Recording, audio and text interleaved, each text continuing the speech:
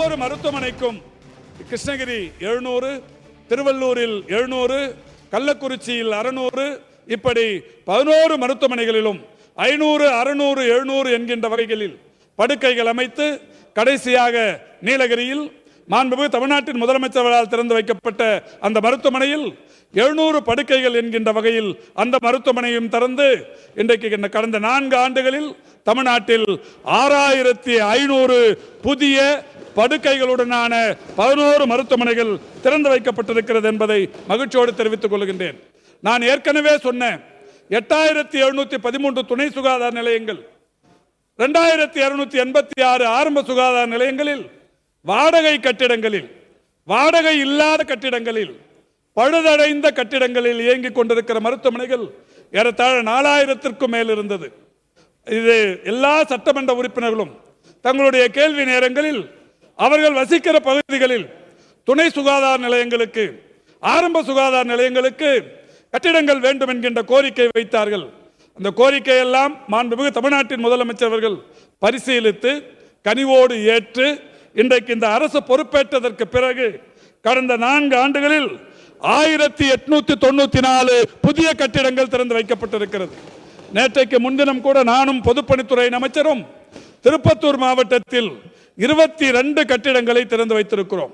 இந்த 10 நாட்களில் மட்டும் நான் 4-5 மாவட்டங்களுக்கு சென்று 70க்கும் மேற்பட்ட கட்டிடங்களை திறந்து வைத்திருக்கிறேன்.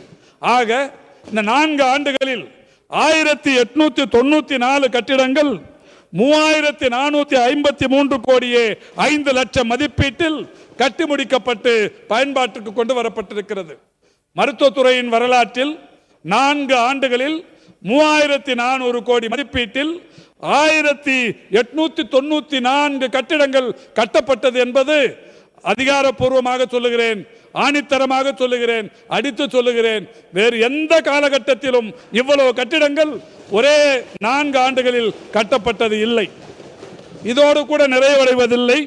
இன்னமும் வாடகை கட்டிடங்களில், வாடகை இல்லாத கட்டிடங்களில், பழுதடைந்த கட்டிடங்களில் இருக்கிற மருத்துவமனைகளின் எண்ணிக்கை 4286. இந்த 4286 மருத்துவமனைகளிலும் இன்னமும் கட்டிடங்களை கட்டுவதற்குரிய அந்த நடவடிக்கைகள் தொடர்ந்து எடுக்கப்பட்டு வருகிறது. மாண்புமிகு நம்முடைய சட்டமன்ற உறுப்பினர்கள் பல்வேறு வகைகளிலான கோரிக்கைகளை துணை சுகாதார நிலையங்களை ஆரம்ப சுகாதார நிலையங்களாகவும், ஆரம்ப சுகாதார நிலையங்களை மேம்படுத்தப்பட்ட ஆரம்ப சுகாதார நிலையங்களாகவும், மேம்படுத்தப்பட்ட ஆரம்ப சுகாதார நிலையங்களை வட்டார மருத்துவமனைகளாகவும், வட்டார மருத்துவமனைகளை மாவட்ட அரசு மருத்துவமனைகளாகவும், மாவட்ட அரசு மருத்துவமனைகளை பன்னோக்கு மருத்துவமனைகளாகவும், இன்றைக்கு மருத்துவக் கல்லூரி மருத்துவமனைகளாகவும் கட்டித்தர வேண்டும் என்கின்ற கோரிக்கை தொடர்ந்து வைக்கிறார்கள். அந்தந்த பகுதி மக்களின் மருத்துவ தேவை அறிந்து மருத்துவ சேவை வேண்டும் என்கின்ற கோரிக்கை தொடர்ந்து வைக்கப்பட்டுக் கொண்டிருக்கிறது.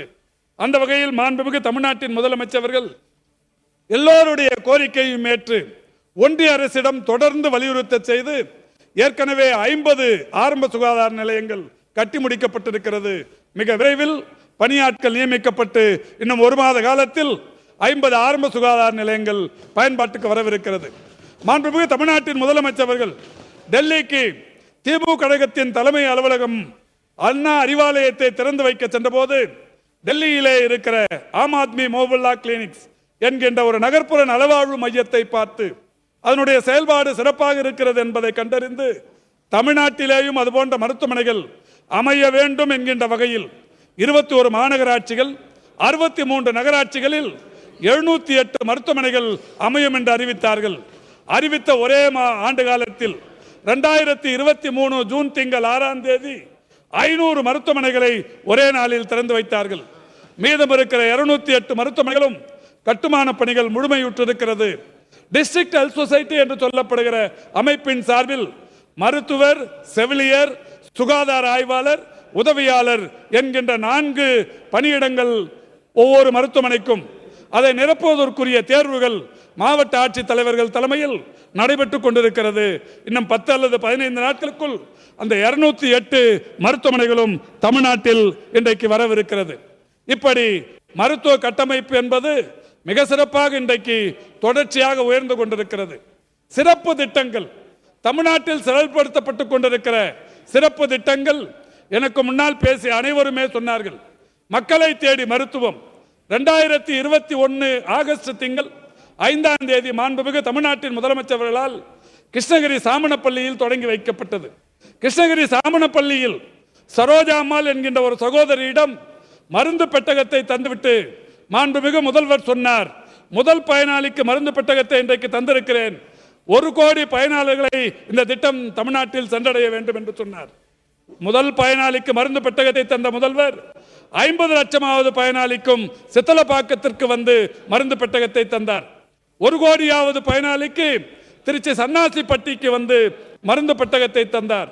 கடந்த 2 மாதங்களுக்கு முன்னால் ஈரோடு மாவட்டத்தில் இருக்கிற நஞ்சனாவரம் என்கின்ற பகுதியில் 2 கோடியாவது பயனாளிக்கும் மாண்புமிகு தமிழ்நாட்டின் முதலமைச்சர் மருந்து பெட்டகத்தை தந்தார். இப்படி 2 கோடியே 24,87,798 பேரை மக்களை தேடி மருத்துவம் சென்றடைந்திருக்கிறது. 2 கோடியே 24,87,798 பேரை இந்த மக்களை தேடி மருத்துவம் சென்றடைந்திருக்கிற காரணத்தினால்தான் ஐநா சபை இதுவரை இந்திய வரலாற்றில் வேறு எந்த மாநிலத்திற்கும் அல்லது எந்த மாநில அரசு நடத்துகிற நிர்வாகத்திற்கும் ஐநா விருது நேரடியாக தந்ததில்லை. முதன்முறையாக தமிழ்நாட்டின் மக்கள் நல்வாழ்வுத்துறைக்கு United Nations inter agency task force award என்கின்ற ஒரு விருதை கடந்த ஆண்டு தந்து மகிழ்ந்திருக்கிறார்கள். ஒரு முறை பயன்பெற்றவர்கள் 2,24,87,898 பேர் என்றாலும் ரிப்பீட்டட் சர்வீஸ் என்கின்ற வகையில் மக்களை தேடி மருத்துவம் என்கின்ற திட்டத்தால் பயன்பெற்றிருப்பவருடைய எண்ணிக்கை 4,44,39,458 பேர். இந்த மகத்தான திட்டம் இன்னமும் சீரிய வகையில் செம்மாந்த வகையில் இன்றைக்கு தமிழ்நாட்டில் பீடு நடை போட்டுக் கொண்டிருக்கிறது. மாண்புமிகு பேரவைத் தலைவர் அவர்களே, வருமுன் காப்போம் என்கின்ற மகத்தான திட்டத்தை முத்தமிழறிஞர் கலைஞர் அவர்கள் அவருடைய ஆட்சி காலத்தில் கொண்டு வந்தார். முத்தமிழறிஞர் கலைஞர் அவர்கள் முதலமைச்சராக இருந்தபோதுதான் மருத்துவத்துறையில் ஒரு மகத்தான புரட்சி 108 வந்தது. கலைஞர் காப்பீட்டு திட்டம் வந்தது. உறுப்பு மாற்று அறுவை சிகிச்சைகள் நடைபெற்றது. அவர் முதலமைச்சராக இருந்தபோதுதான் வருமுன் காப்போம் மருத்துவ முகாம்கள் நடத்துகிற திட்டம் வந்தது. கடந்த 10 ஆண்டுகளில் அந்த திட்டத்திற்கு மூடு விழா நடத்தினார்கள். வருமுன் காப்போம் என்கின்ற அந்த திட்டம் நடத்தப்படாமல் விடுபட்டு விட்டது. இந்த அரசு பொறுப்பேற்றதற்கு பிறகு மாண்புமிகு தமிழ்நாட்டின் முதலமைச்சர் அவர்கள் மீண்டும் அந்த வருமுன் காப்போம் திட்டத்தை கலைஞரின் வருமுன் காப்போம் என்கின்ற வகையில் 2021 செப்டம்பர் திங்கள் 29ஆம் தேதி சேலம்